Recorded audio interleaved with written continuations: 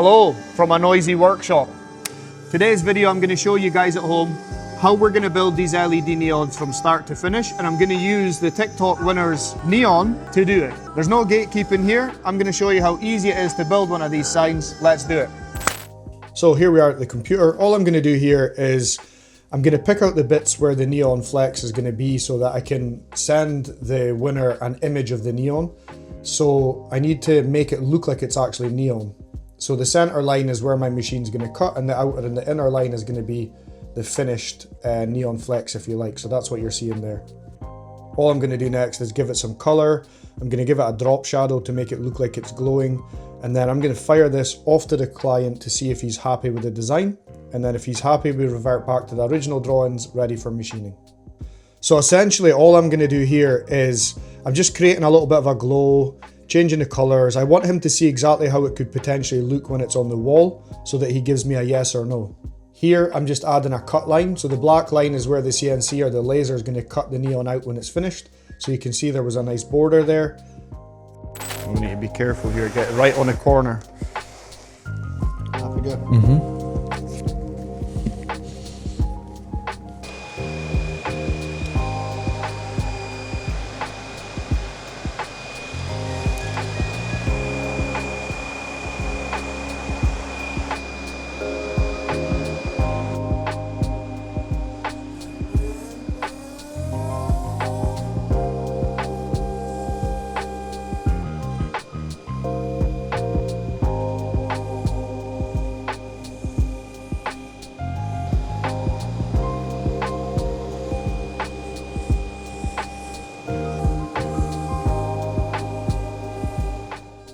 So we've done the first part of the neon, which is to machine it in here.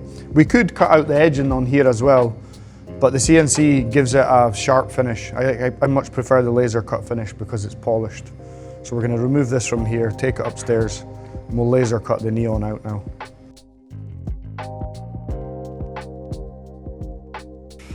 Hell, I'm going to need to get a hair gun, look at that.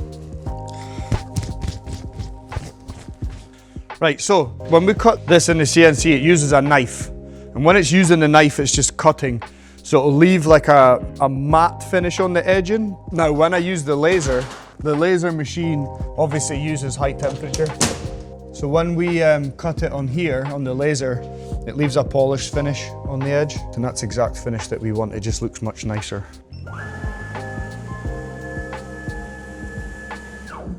The laser works a bit like a magnifying glass. There's a lens in it. If you remember when you were at school or years ago and you had a magnifying glass in the sun and you would burn things, you've got this thing called a focal point. So it's like an egg timer. So when it comes to the point, it's most powerful. And then when it goes past it, it gets wider and it's weaker. And that's what we're using this for. This is going to give us the space that I know the laser needs to be most powerful away from the material.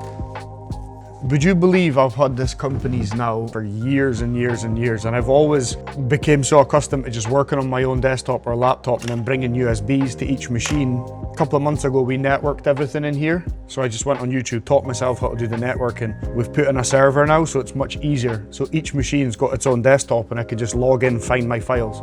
So if I save a file in my office, I can log in here and find it, which means I don't have to run about with these things non-stop. If you see this little green dot, for any of you lot at home it's got RD Works, this green dot shows you where the laser head is sitting in proportion to the job.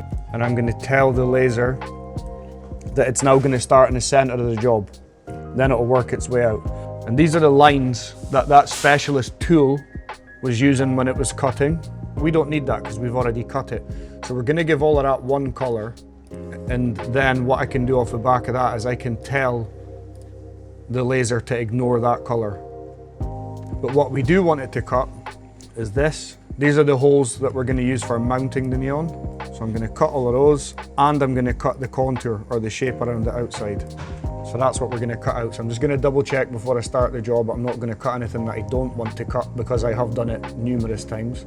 20 speed, 9 to 8 power, priority is 1. And that's us, ready to start. Go. And that machine will start cutting now itself.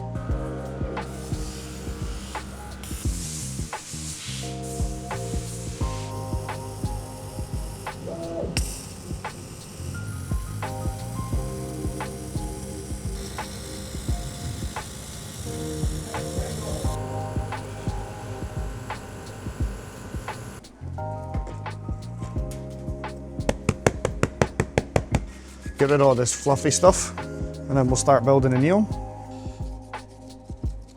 The bare minimums you're going to need to start making these neons at home is a CNC router. You can do without the laser, of course, but you definitely need the CNC router if you want to do fancy designs. We've tried using the router bits in a hand router with these, and it's just far too difficult. You'll never ever manage. Now that we've routed it out, we've got a lot of bits that we don't want because we need to put the LEDs in the channel, then we need to put the neon rubber in there. So the quickest way I can do it is with the blowtorch. So what I'm going to do is just burn off any little stragglers so it doesn't get caught underneath anything.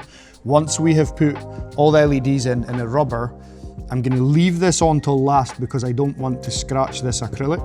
But once it's all done, then we'll pull it off. We'll pull off the backing and then we'll wrap it up in bubble wrap ready for the customer. As you can see, it just burns off all the little stragglers. Just makes it easier. Right, perfect. So this neon is going to be pink, green, pink, and then I might do a mixture of both here, we'll see. But ultimately that's what we're going to do. That's what we're going to produce. So we're going to use the white LEDs for this. And as we're going round the corners, we're just trying to fold it, but we always want the LEDs facing up the way. But as you can see here, when we go around the corners, we just want to fold the LEDs so the LEDs are always pointing up the way. We don't want to fold it so they're pointing down because we'll have a dark patch on the neon. I call it a neon, it's not a neon, it's neon effect.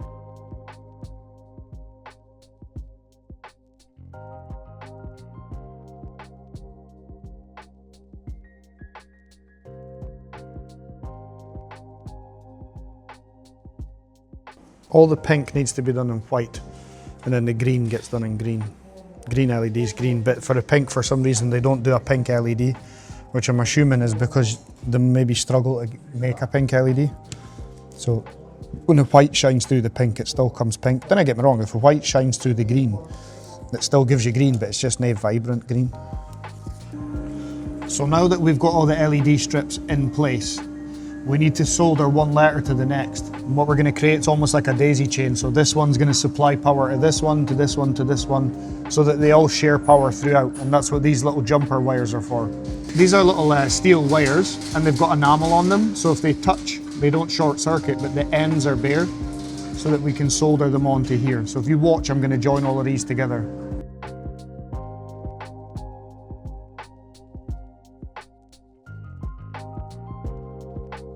The reason that I'm testing it every time I solder a connection, if there's a fault, I want to find it now, because if I solder the full thing together and something doesn't work, then it's going to be very difficult for me to find that issue.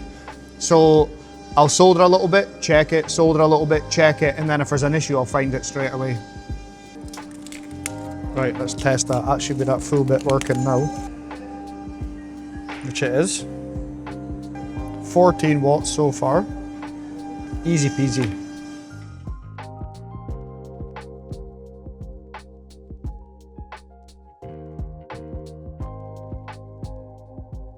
I'm adding in extra wires, that's why it's taking ages. I want it to be even because it's quite a big neon. Like I says, normally you just have one line of text, but because it's such a big neon, I'm not getting away with that. So I want it to be evenly lit. DC power doesn't alternate like your house. It goes in one direction. So what will happen is, if I feed the power from here, this would be very bright. And then as it goes further away from the power source, it'll be more dim, more dim. So this far left-hand corner would be much less bright than this bottom right one. So by me adding wires everywhere, I'm distributing the power, because like the O is stealing power from here, but it's also stealing from the B. The B is also stealing from down here, and it will be from there and there. So we're distributing the power evenly. So because it's a double letter, as opposed to just a single line of text like your handwriting would be, it's using a lot more LEDs, which uses a lot more power. That was really tiring. There's a lot of soldering, which is really pernickety, if that's the word I'm looking for.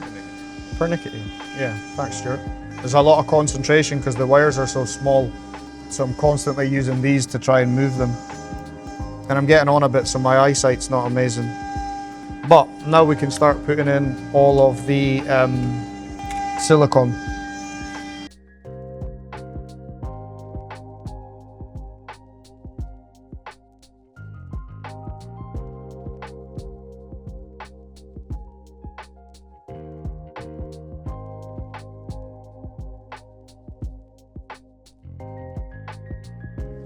So I just pulled Johnny in to give me a hand there just to get some of the silicone done faster. As you can see, this corner is not rounded like this. It's a 90-degree corner. So what we do is we use this tool here. It's a special knife. So we've got different tools.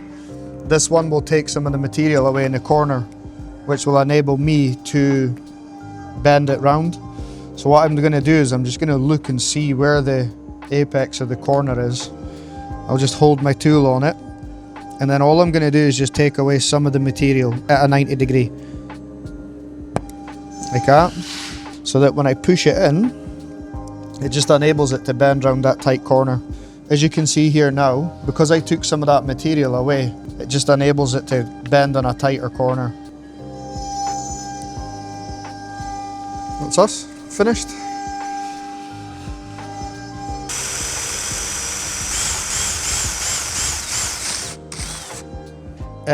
I need to solder wires on now to supply power. So I just drilled a little hole through the back. And what I'm going to do is solder these onto the LED strip now. And then I can close it up. And then that means that all I need to do is connect the power cable to the power pack, and that's us done. Now if you look on it, there's always a mark. So when you're using DC cable, one wire will always have a mark on it. You can just about make it between my dirty thumbnails. That's so you know the difference between the positive and the negative. So I'm just going to solder the positive on to the strip. Now it's hidden. The power supply is hidden. It comes from this cable that we just soldered in here. When I put the actual connections on for the plug that the customer will use, these will be hidden. But to bench test it right now to show you guys at home, I'm just going to connect it to that.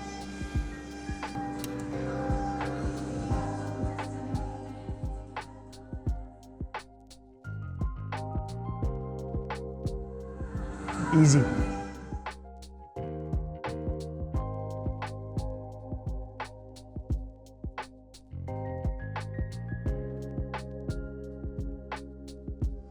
So that's that neon done.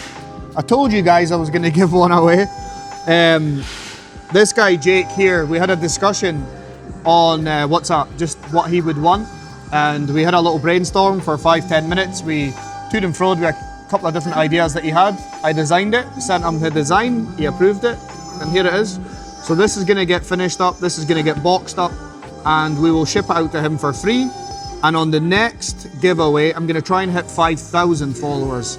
So as soon as we hit the 5,000 followers mark, we're going to give you guys at home another prize for free. If you've got any suggestions or something that you would like to be given instead of a neon, hit me up, send me a DM, and we can look at it.